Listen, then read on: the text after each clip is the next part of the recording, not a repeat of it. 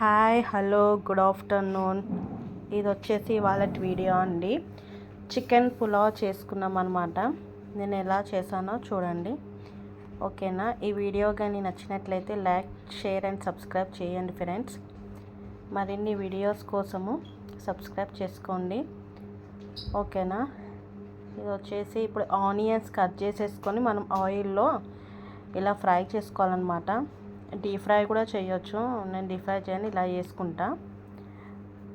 ఇంకా దాని తర్వాత చికెన్లో పసుపు, 3 టేబుల్ స్పూన్ కారము, 2 టేబుల్ స్పూన్ ధనియాల పొడి, garam masala and chicken masala and biryani masala కూడా వేసానండి.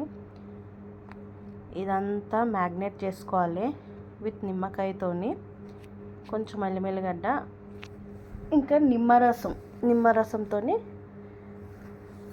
మ్యాగ్నేట్ చేసుకోవాలి. ఇంకా ఆయిల్ కూడా పోసాను చూడండి.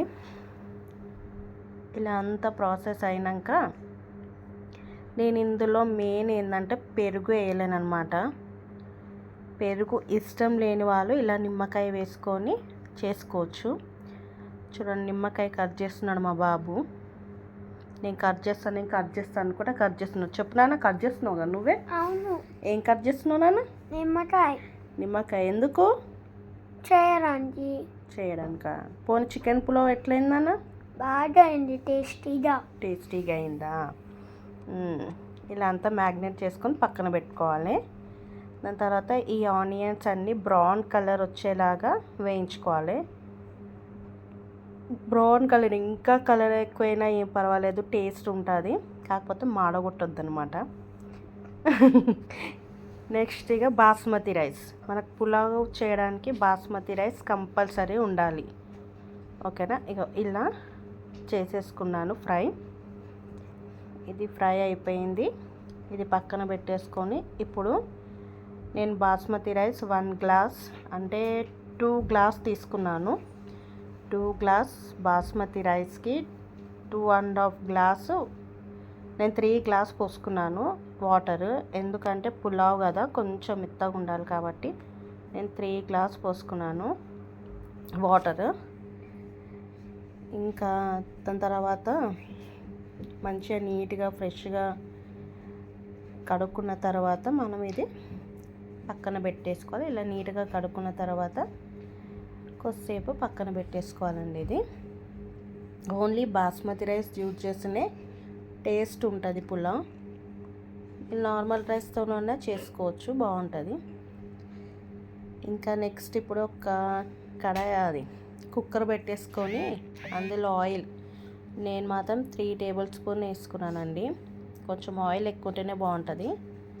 దాని తర్వాత అన్ని హోల్ గరం మసాలా, మరాఠీ మొగ్గ, పట్ట, అన్ని సాజీరా, ఇలాచి ఇవి వేసుకొని తర్వాత బిర్యానీ ఆకు వేసి 2 ఆకుస్. దాని తర్వాత ఏం వేసుకున్నానన్న? కాదు, మిరపకాయలు, ఉల్లిగడ్డలు, ఇంకా అంతే. అది బాగా కలపాలి. కలుపుకొని తర్వాత ఏం వేస్తున్నా నేను చూడు, అప్పుడు నువ్వు చెప్పాలి, సరేనా? ఇలా బాగా కలుపుకున్న తర్వాత కొంచెం ఆయిల్ కొంచెం ఫ్రై కావాలండి. దాని తర్వాత మనం చికెన్ వేసేసుకోవాలి. ఇందులో ఏం వేసుకున్నాం నాన్న? చికెన్ వేసేసుకొని ఇలా బాగా కలుపుకోవాలి. అయితే తినేసాను నేను. తినేసినావా లెగ్ పీస్? ఎన్ని లెగ్ పీస్లు ఇచ్చిండు?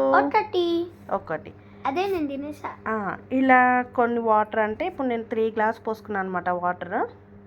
కొంచెం మెత్తగా ఉండాలి పులావ్ అంటే, అట్లానే 3 గ్లాస్ పోసుకున్నాను.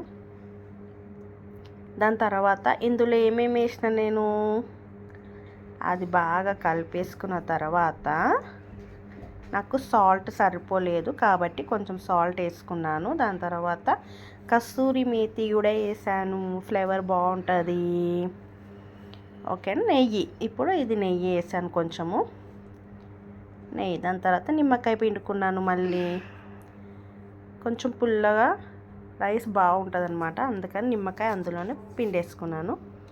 ఇప్పుడు ఉన్న రైస్, కడిగి పెట్టుకున్న రైస్ ఇందులో వేసేసేయాలి.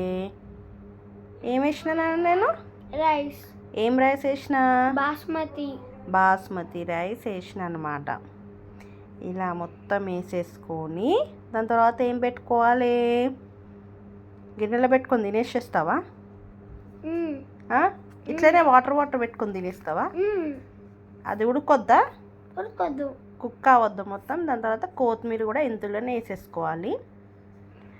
ఇలా కొత్తిమీర కూడా ఇందులో వేసేసి ఇప్పుడు ఏం చేయాలి చెప్పు నాన్న? కుక్కర్ మూత పెట్టేసుకోవాలి. లిడ్ పెట్టేసుకొని విజిల్స్ రావాలన్నమాట. ఓన్లీ 2 or 3 విజిల్స్, అంతేకన్నా నేను అంతే పెట్టానన్నమాట. ఇలా అయిపోయింది. అప్పుడే అయిపోయింది.